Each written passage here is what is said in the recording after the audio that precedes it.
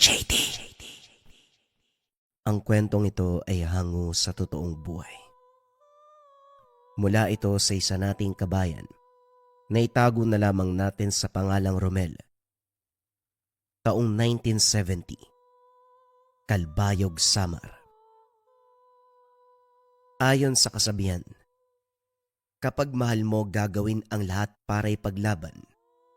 Ito ang pinanghawakan ni Nanay Lourdes sa kanyang asawa na si Tatay Felipe. Hindi maunawaan ni Romel ang nangyayari sa mga magulang dahil kung hindi tumanda ang ama, hindi magloloko. 50 taong gulang na si Tatay Felipe pero nagawa pang magkalaguyo. Ang babae, 25 taon pa lamang. At ang pinaka nakakabahala, kamukhang kamukha ni Nanay Lourdes noong nagdadalaga. Bukod pa riyan, kuwang-kuwa ang timbre ng boses kahit ang kilos at pag-iisip ay parehong-pareho. Matagal bago nalaman ang tungkol dito, umabot ng 5 taon bago natuklasan. Isang magsasaka lamang ang ama. Pagtatanim ng mais ang kabuhayan, nauunawaan na maraming gawain. Hindi madaling tapusin kaya walang nakaisip na sa pag-uwi ng 10 oras ay may iba palang tinatrabaho. Isang araw, sandali kung kailan nabuking, kaarawan ito ni Tatay Felipe.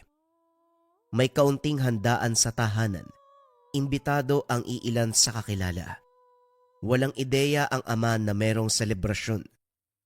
Maghahating gabi na lang hindi pa rin umuuwi. Kaya naisipan ni Nanay Lourdes na sunduin. Laking gulat nang maaktuhan nitong gumagawa ng kababalagan. Dito nagkaalaman na matagal nang nangangaliwa ang ama.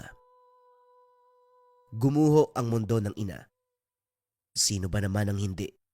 Kung inalay mo ang buong buhay para sa taong minahal. Ilang buwan hindi kumain.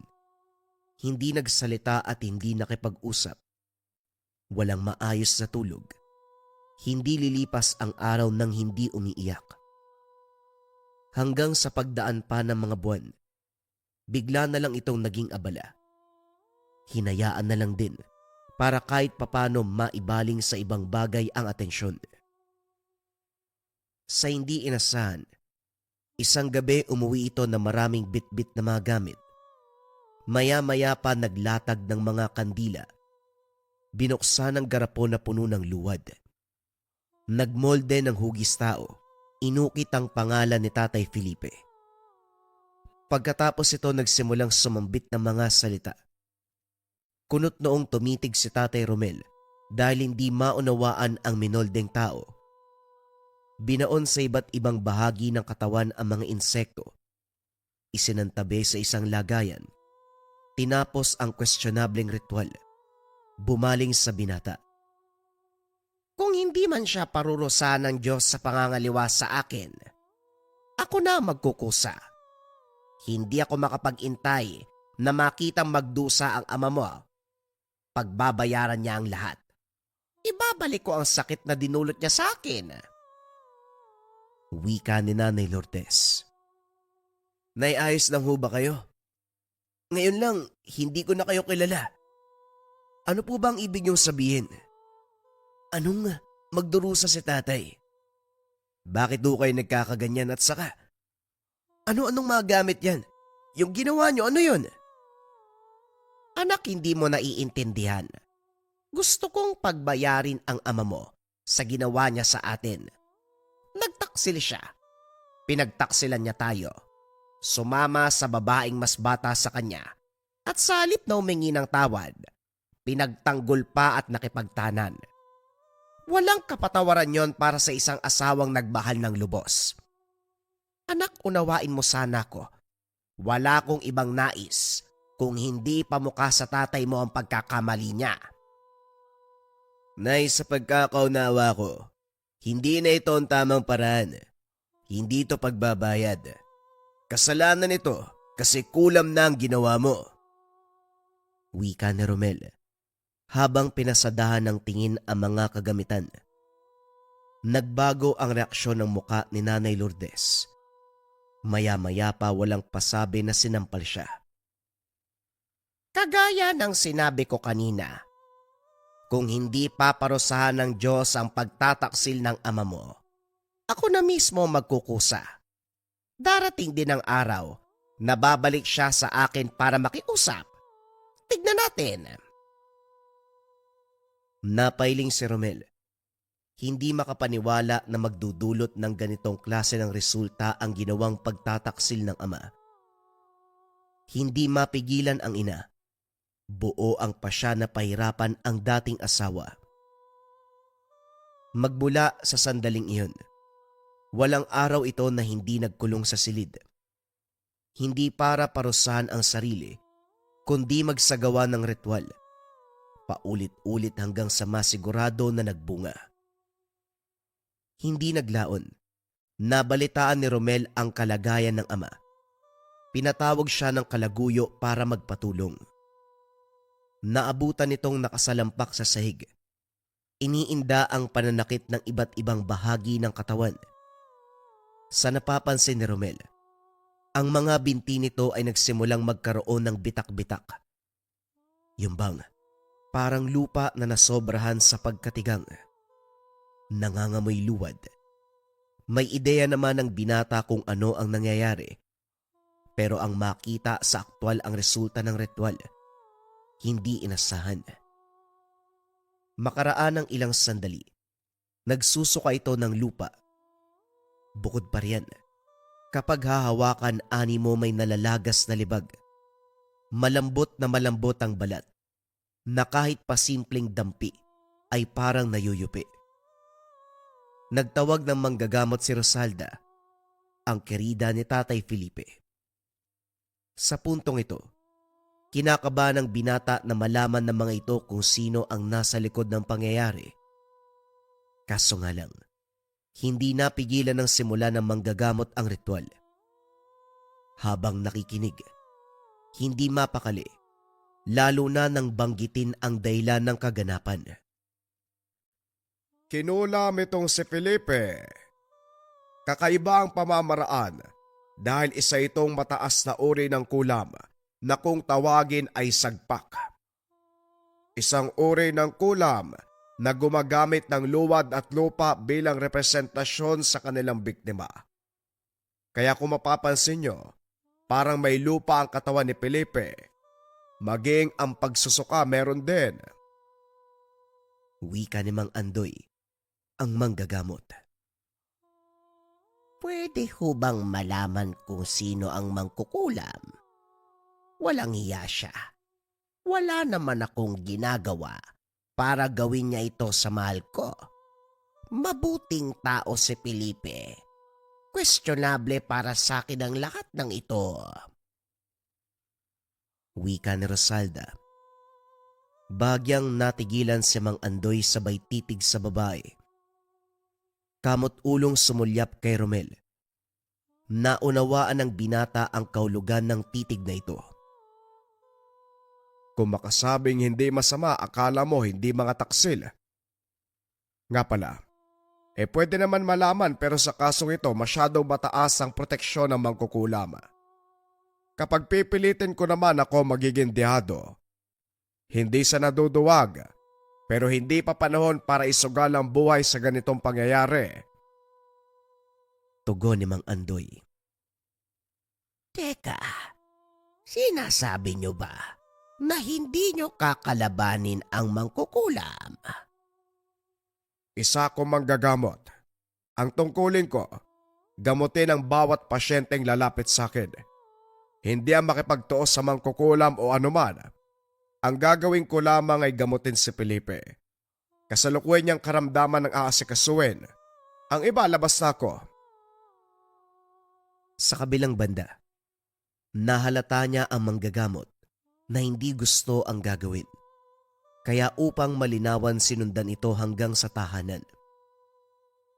Kung tutuusin, kaya kong humarap sa mangkukulam pero pinili kong wag. Kahit bali-balik ta rin ang mundo, problema mag-asawa pa rin ito. Alam ko nangyayari sa pagitan ng nanay at tatay mo. Gagamutin ko si Felipe pero sa parte ng nanay mo hindi ako mangyangyalab. Bilang respeto na lang sa larangan ko, gagamutin ang tatay mo. Lumapit din kasi. Nang marinig ang paliwanag ng manggagamot, nakahinga ang binata. Gayunpaman, hindi pa rin mawala ang pangamba, lalo na nang malaman ng ina ang pagdulog ng ama sa manggagamot.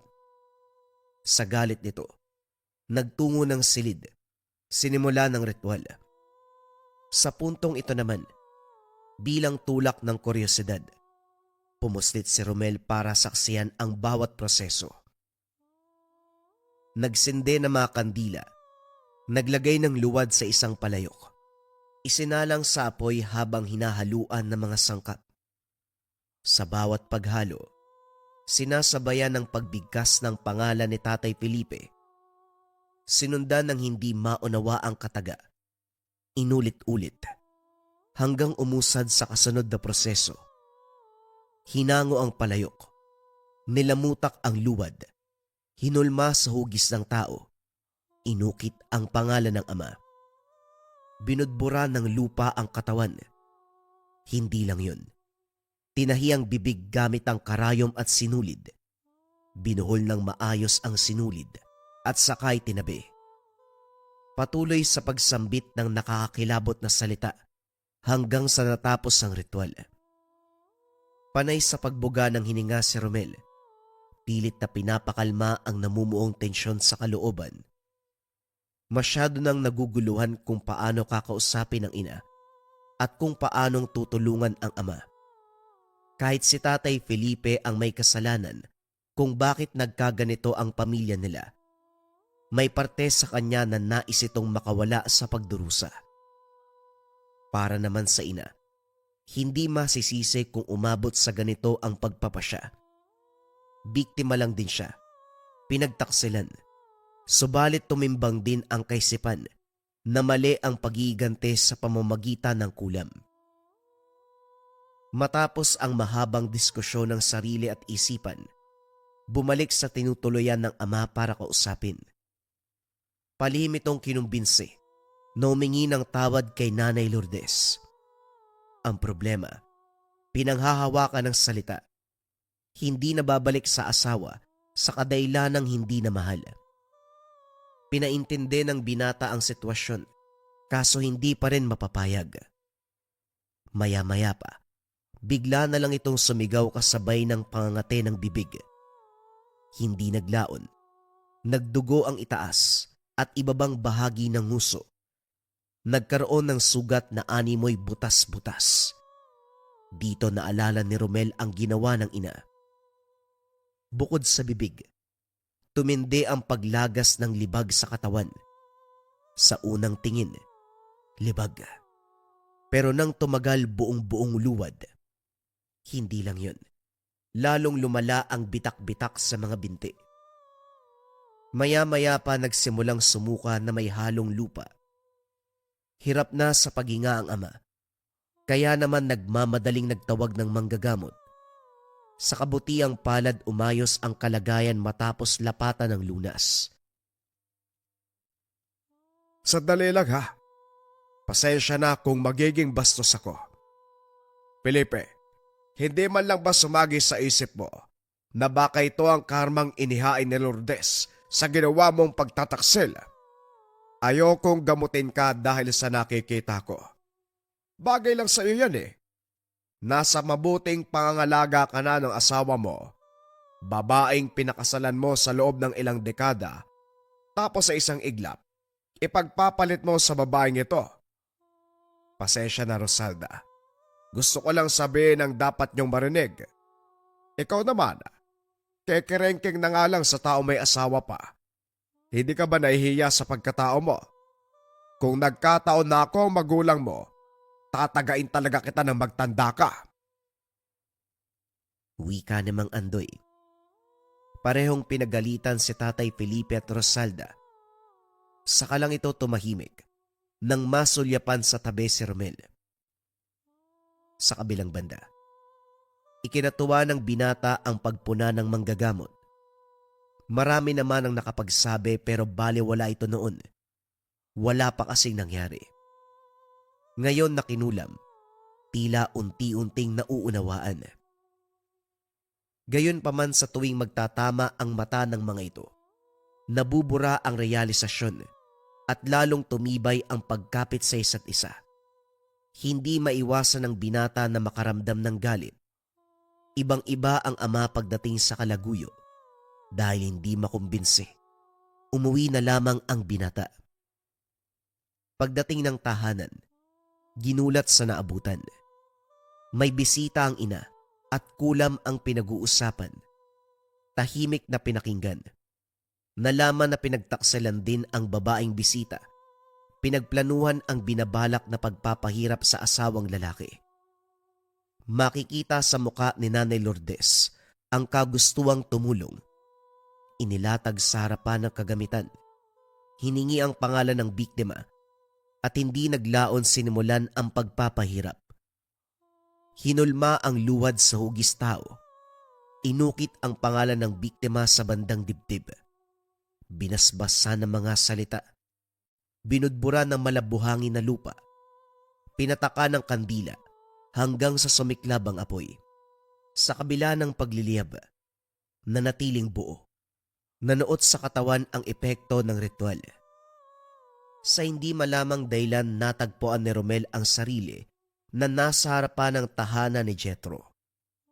Ito ang asawa ng bisita ni Nanay Lourdes. Sa katunayan, barkada ito ng ama. Madalas kainuman kahit saang tindahan. Maya-maya pa, maririnig ang pagsigaw nito. Animoy nag-aapoy ang katawan sa init na nararamdaman. Natatarantang naganap ng matatampisawang tubig. Tumakbo patungo sa ilog at nilublob ang sarili. Gayon pa man lalo lang tumindi ang sitwasyon. Pag-ahon pa nito, tagaktak ang nagbubuhanging lupa mula sa mismong balat. Nawala ng lakas, pagapang-gapang na lamang. Tinulungan ito ng mga kapitbahay, subalit hindi nakatagal sa pagkahawak. Lalong tumindi ang pagliyab ng katawan sa init. Animoy nagdideliryo. Kung walang kariton, hindi maihahatid sa tahanan.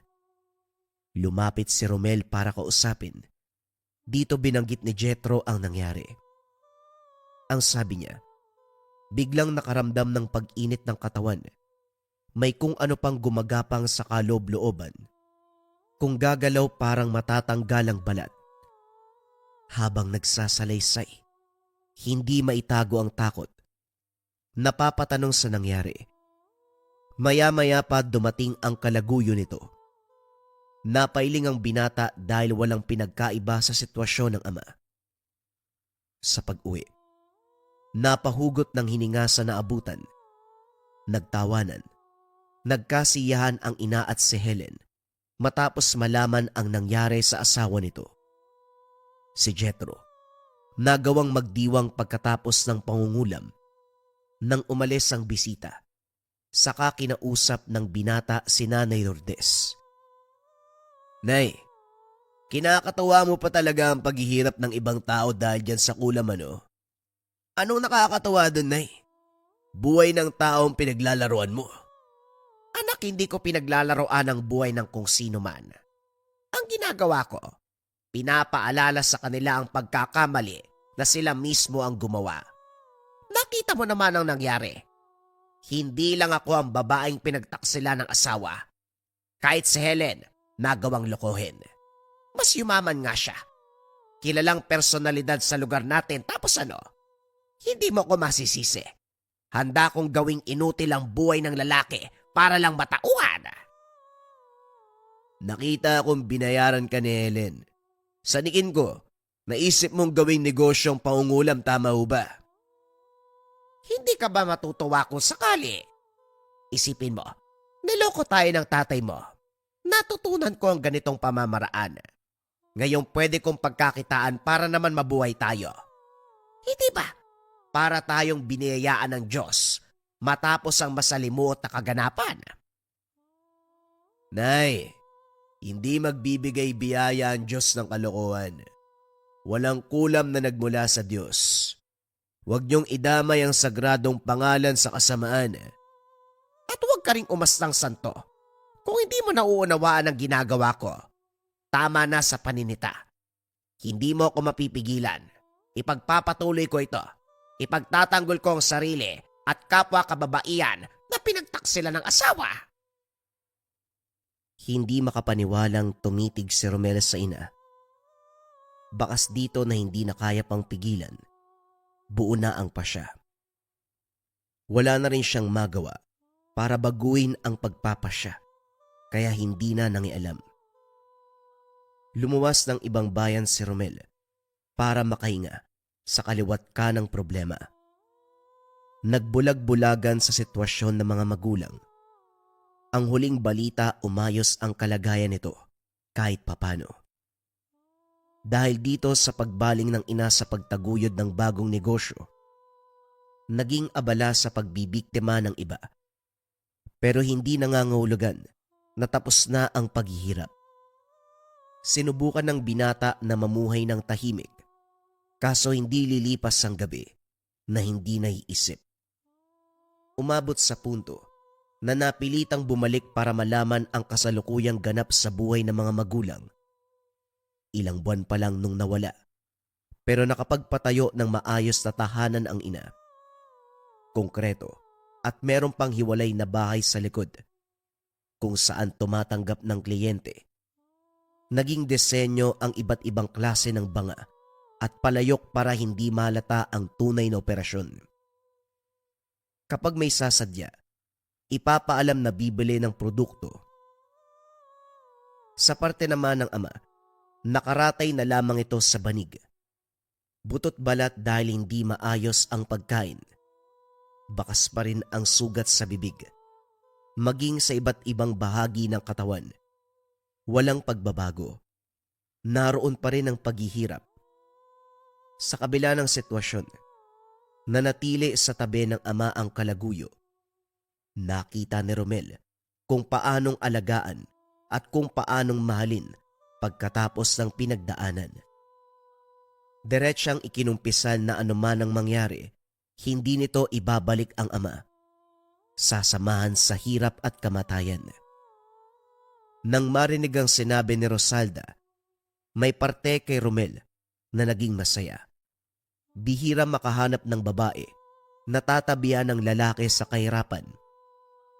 Kaagad ding winaksi ng binata ang ideyang ito dahil kahit bali-balik ta rin ang mundo, labas siya sa pamilya at isa lamang kalaguyo na sumira ng sanay masayang pagsasama. Nabalitaan ko, yumaman ang nanay mo. Hindi ko nakita na may kasama siyang lalaki. Kaya hindi ako naniniwala na nakapag-asawa muli ng mayaman. Nakakapagtaka ang biglaang pagraos sa buhay. Hindi maiwasang maisip na may illegal siyang ginagawa. Pinag-iinalaan mo ba ang nanay ko? Nasa iyo na ang tatay ko, tapos ngayon, nanay ko naman ang pagdidiskitahan mo. Ako nga na anak eh. Hindi ko na-question ng pagyaman ng sarili kong ina. Ikaw pa kaya na isang kerida. Pasensya na sa sinabi ko ha. Pero sana, wag mo nang pakialaman ng nanay ko. Matanong ko lang, ano bang meron kay Tatay Felipe na hindi mo magawang pakawalan sa kabila na nangyari sa kanya?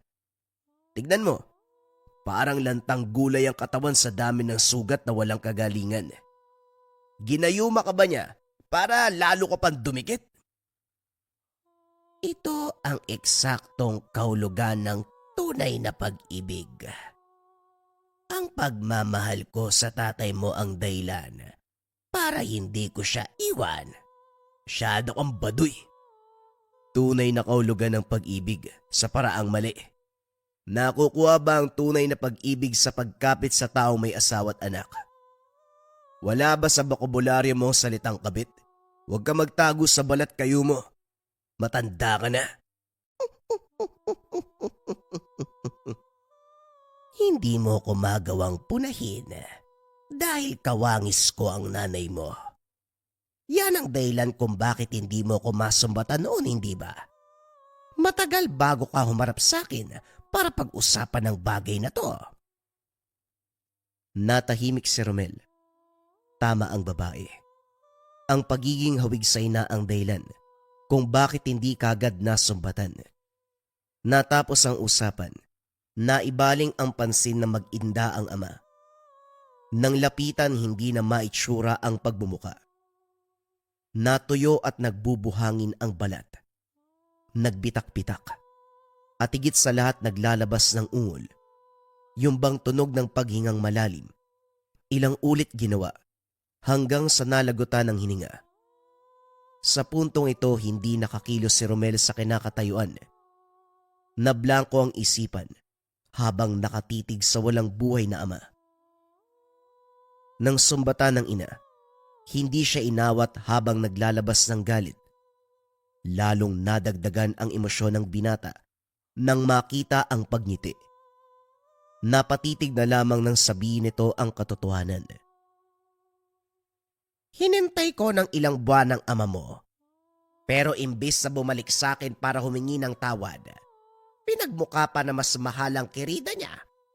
Sige, gusto niyang lumayo sa akin. Sa atin pues. Tinulungan ko siya na mas mapalayo pa.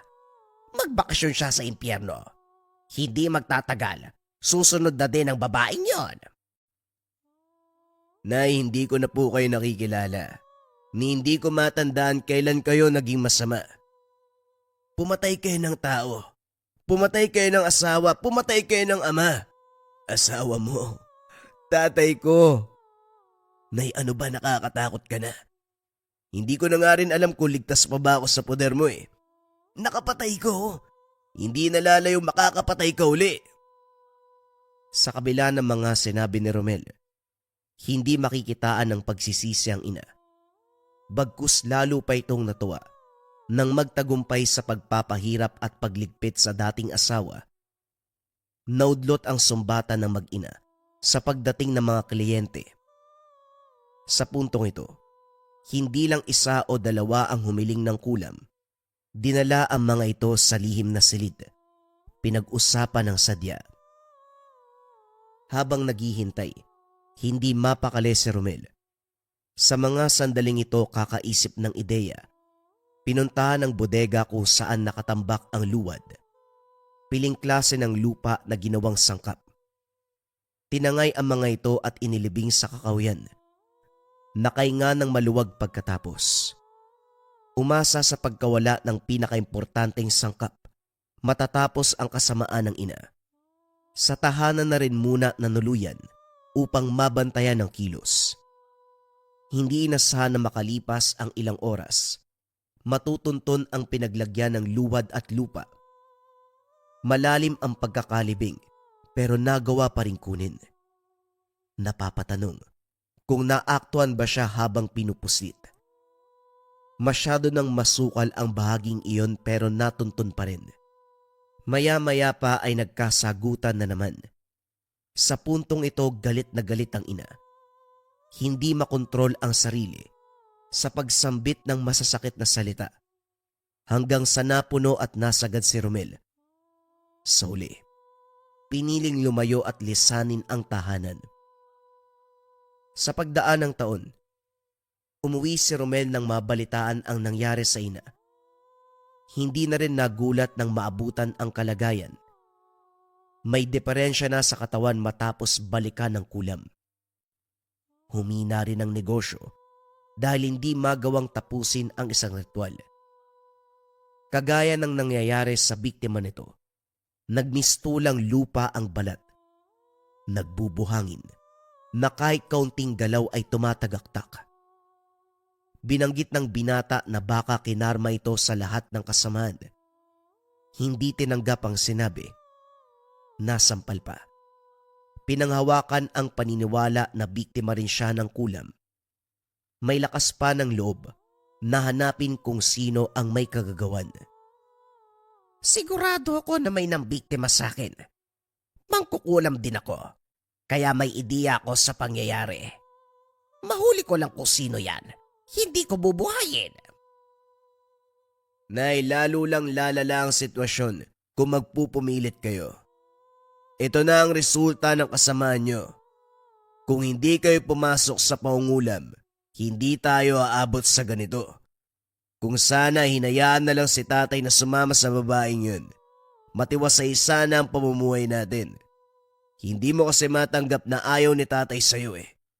Inipon mo ang galit imbis sa kalimutan at ang pot ng pag-udyok na gumawa ng kasamaan.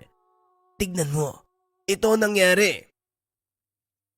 Huwag kang magsalita dahil wala kang alam.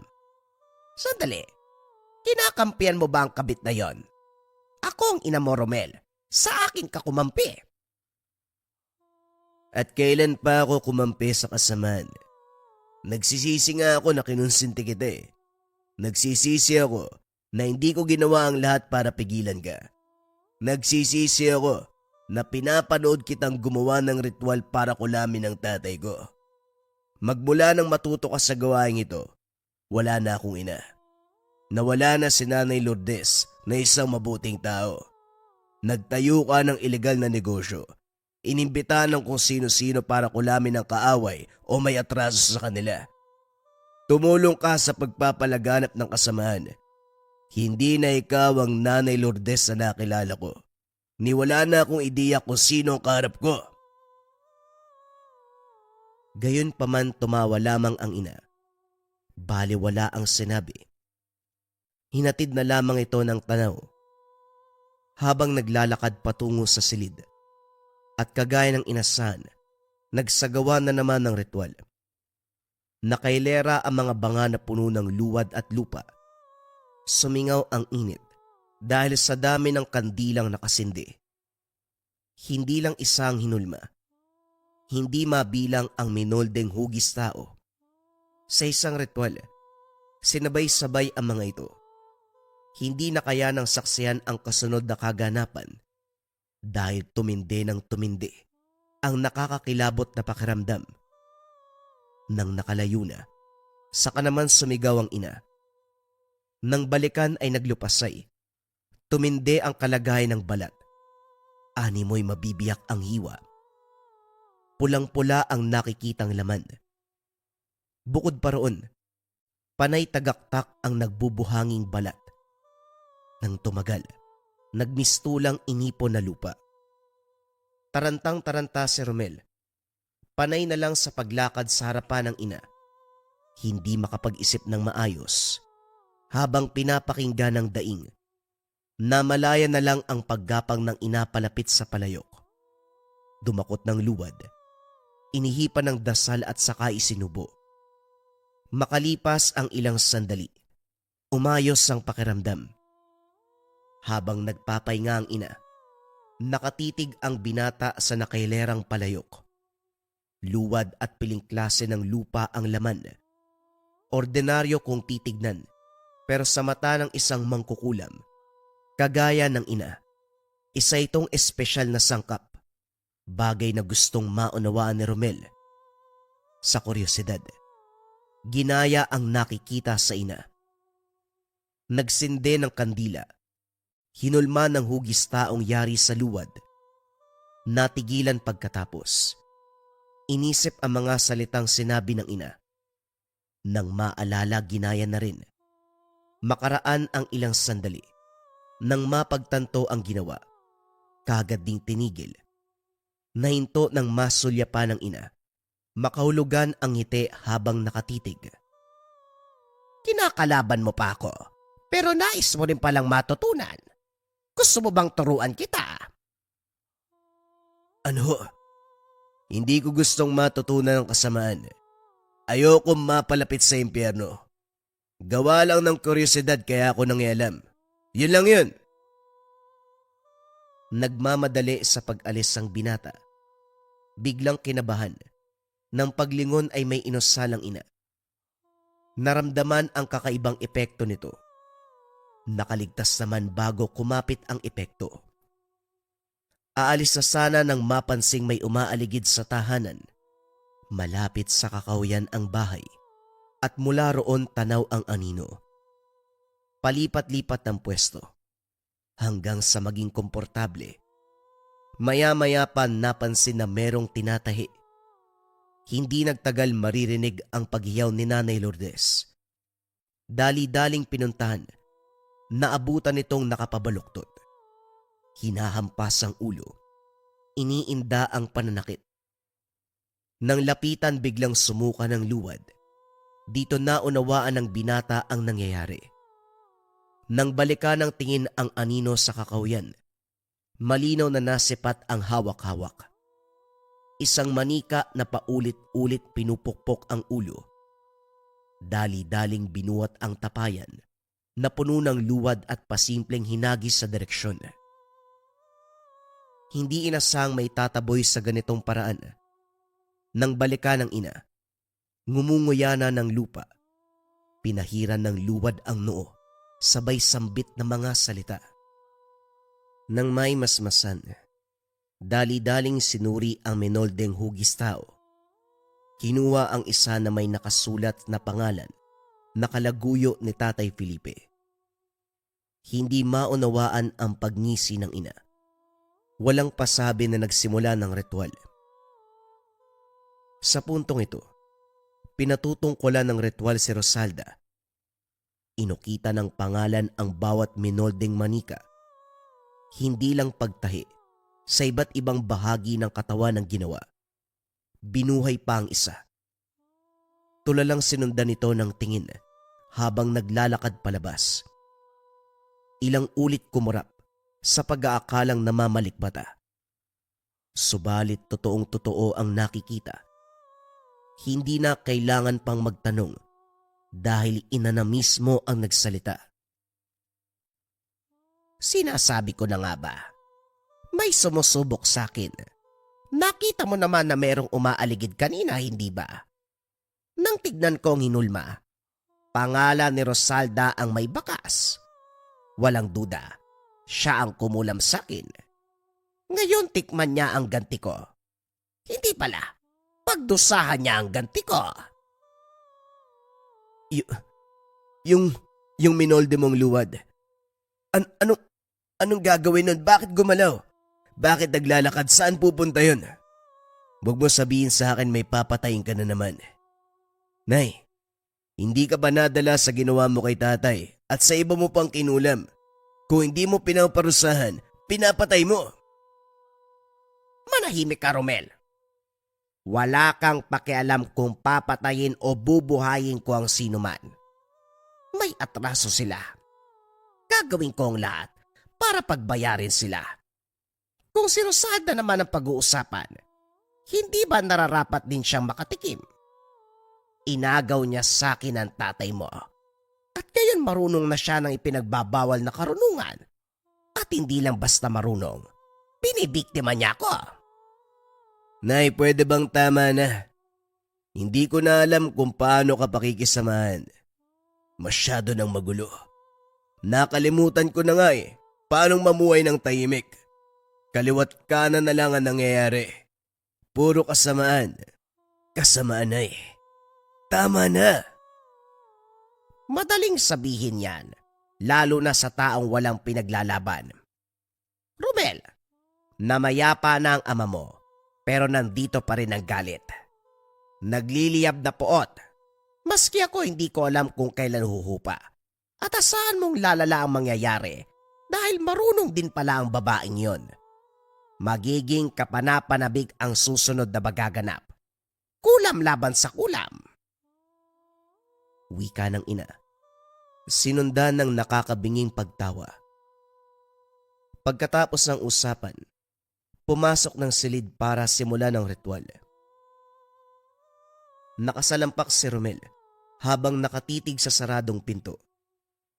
Mula sa kinalalagyan, naaamoy ang samyo na mga kandila. Naririnig na rin ang pag-usal ng mga salita. Habang paulit-ulit na binabanggit ang pangalan ni Rosalda, naipon ang galit magbula sa araw na nalaman ang pangangaliwa ng ama. Sa puntong ito, natagpuan ng sarili sa harapan ng tahanan ng babae. Kagaya ng ina, natuto na rin ito ng pinagbabawal na karunungan. Nang makita ang mga banga sa silong, Nagkaroon ng ideya na kagaya ni Nanay Lourdes ang pamamaraang ginagamit.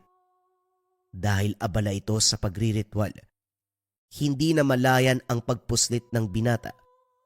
Nakapasok ito, ginulat sa naratnan. Nasa loob ng tahanan ang kabaong ng ama. Halatang hinukay mula sa libingan. May nakadikit na luwad, nakahulmang simbolo. May bakas nakakatapos lang ritualan. Nang umusad bumungad ang kwarto na puno ng manikang yari sa luwad. Bawat isa nakaukit ang pangalan ni Nanay Lourdes. Nang magkaroon ng ideya, dali-daling sinilid sa sako para itapon. Maya-maya pa kunot noong napatitig sa isa. Iba ang disenyo. Pangalan ni Rosalda ang nakaukit. Hindi nagtagal, naalala ang ginawa ng ina. Kinuha ito at pasimpleng inalapag sa pintuan sa kwartong kinalalagyan ng babae. Paglabas ng tahanan, napaigtad sa sigaw ni Rosalda, bakas ang pag-inda ng sakit at takot. Nang biglang tumahimik, nagmamadali sa pag-alis ng binata. Kinabukasan nabungaran ang tagpo kung saan nakatitig si Nanay Lourdes sa durog na luwad. Aniya, ito ang minoldeng hugis ng tao na pinadala sa tahanan ni Rosalda. Nang masulyapan ang braso nito, napansin ang kakaibang bakas. Nagbukang luwad ang bahagi ng balat. Bitak-bitak naman, lalong lumalim ang hiwa. Hindi man makitaan ang reaksyon ang inabuhat dito, may epekto pa rin. Matapos suriin ang binalik na luwad, nagsimulang hukayin ang iba't ibang parte ng bakuran, umabot pa sa likod. Bago makapagtanong, nahugot mula sa ilalim ng lupa ang isa pang manika. Kung titignan mabuti, halos hawig ni Nanay Lourdes. Masyadong detalyado ang katawan. Makikita ang pinsala sa partikular na bahagi. Kunot noong napatitig ang ina sa nakaukit na mga letra. Matapos bigkasin, umepekto ang taglay na bisa. Nangisay na lang bigla. Nagsusuka ng lupa. Natatakot hawakan dahil para bang babaon ang kamay sa katawan. Masyadong malambot na parang katulad ng luwad. Mabuti na lamang mabilis mag-isip ang ina. Sa kabila ng sitwasyon, sinikap ituwid ang salita. Inutusan ang binata na ibaon siya sa luwad at lupa. Nagmamadali sa paghalo ng mga sangkap at saka ginawa ang utos. Maya-maya pa bumuti ang kalagayan. Nanatili muna sa ganong sitwasyon ng ina.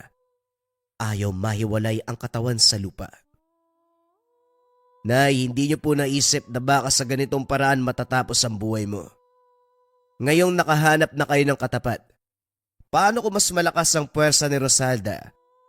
Paano kung hindi niyo kayanin?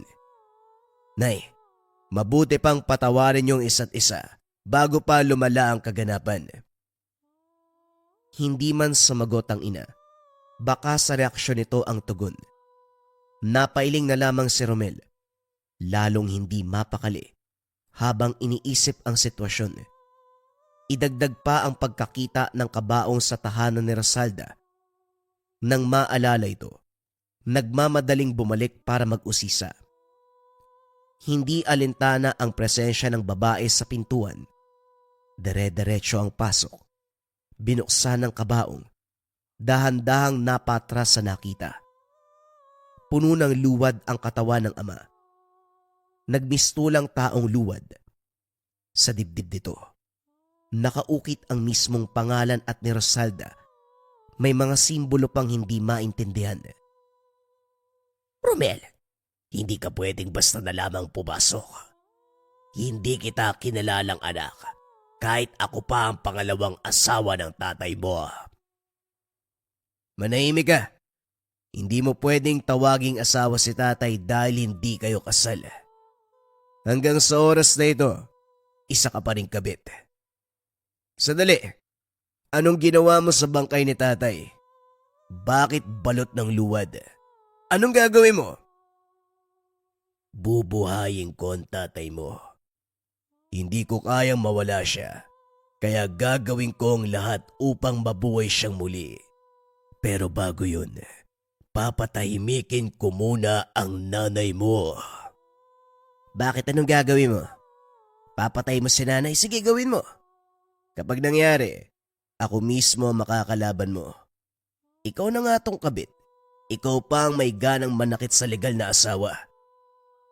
Hindi man ako ang orihinal, pero ako nagbuhos ng pagmamahal. Sa tingin mo ano ang dahilan kung bakit sumama sa akin ang tatay mo? Ito ang tanong na nagpatahimik kay Romel. Napatitig na lamang kay Rosalda. Hindi nagtagal, tinulak ang kabaong patungo sa silid. Nang mapagtanto ang gagawin, huli na, sarado na ang pintuan. Bumalik ng bahay para sabihan ng ina, pero abala ito sa pagriritual. Nanlaki ang mga mata, habang pinasadahan ng tingin ang nakatayo sa harapan. Sa unang tingin, akalain mo na tunay na tao. Hindi kasing laki ng manika ang minolde ng ina, kundi kasing laki ng tao. Kuwang-kuha ang wangis ni Rosalda. Hindi pinaganda, kundi nakakakilabot. Kulang-kulang ng parte. Tabingi ang bibig. Mas malaki ang kabilang mata kumpara sa isa. Putol ang kamay. Nakatalikod ang mga binti. At ang mas nakakapanindig balahibo, parang buhay na buhay dahil sa pagsusuka ng lupa mula mismo sa bibig. Salip na pukawin ang atensyon ng ina para ibalita ang ginawa sa bangkay ng ama. Naupo sa tabi si Romel para panoorin ang pagriritual. Pinaghalo ang luwad at lupa. Nilamutak pagkatapos sabay bato sa nakatayong imahe. Bawat bato, sinasabayan ng pag-usal. Unti-unting dumami ang lumalabas na suka nito. Hindi lang yun. Natuyo at nagkaroon ng bitak-bitak. Ang bawat hiwa, naglalabas ng malabuhanging lupa. Maya-maya pa, sinindihan at habang kinakain ng apoy, lumakas ang pagbigkas ng mga salita. Patuloy pa rin sa pagbato si Nanay Lourdes. Sa pagdaan ng mga sandali, mula sa kung saan maririnig ang hiyaw ng babae, nang tumagal ay nakilala ito ni Romel. Walang iba ko hindi si Rosalda. Humiling na patawarin, subalit buo na ang pasya ni Nanay Lourdes. Bingi-bingihan sa pakiusap. Tuloy-tuloy sa ginawa hanggang sa mawala ang boses. Maya-maya pa tinapos na rin ang ritual. Dumiretso sa pagiga ang ina. Tinakpa ng katawan niya ng luwad at lupa. Mahabang oras ang ginugol at sa sandaling tinanggal ang mga ito, hindi na makitaan ng anuman. Nawala ang bitak-bitak. Bumalik sa normal na kondisyon ang lahat. Ngiting tagumpay matapos malunasan ang sarili. Alam kong bubuhayin ng babaeng yon ang ama mo. Huwag kang mag-alala. Dagdag lamang yon sa kasalanan niya. Dahil hindi mabubuhay ng sakpak ang sino mang patay. Isa lang itong uri ng kulam na magdudulot ng kamatayan, hindi pagkabuhay. Hayaan mo siya mag-eksperimento. Yun kung magagawa pa niya. Nang maintindihan ang sinabi ng ina, nagmamadaling pinuntahan ang tahanan ni Rosalda. Muli na namang nagulat sa nakita. Nasaksiyan kung paanong tinanggal ni Rosalda ang balat sa muka. Lumitaw ang tunay na itsura. Isang matanda na kulubot ang muka. Nang hina nang makilala kung sino. Ang matanda na nooy usap-usapan na nagkagusto sa ama ng kabataan, si Aling Pasing. Dito naalala ang minsan nang narinig tungkol sa matanda. Meron itong karunungan ng mapagtanto. Hindi na nagtaka sa naging takbo ng pangyayari. Hindi na rin tumuloy ang binata, takot na maging biktima nito. Hindi lumipas ang araw na walang naganap na paglalaban.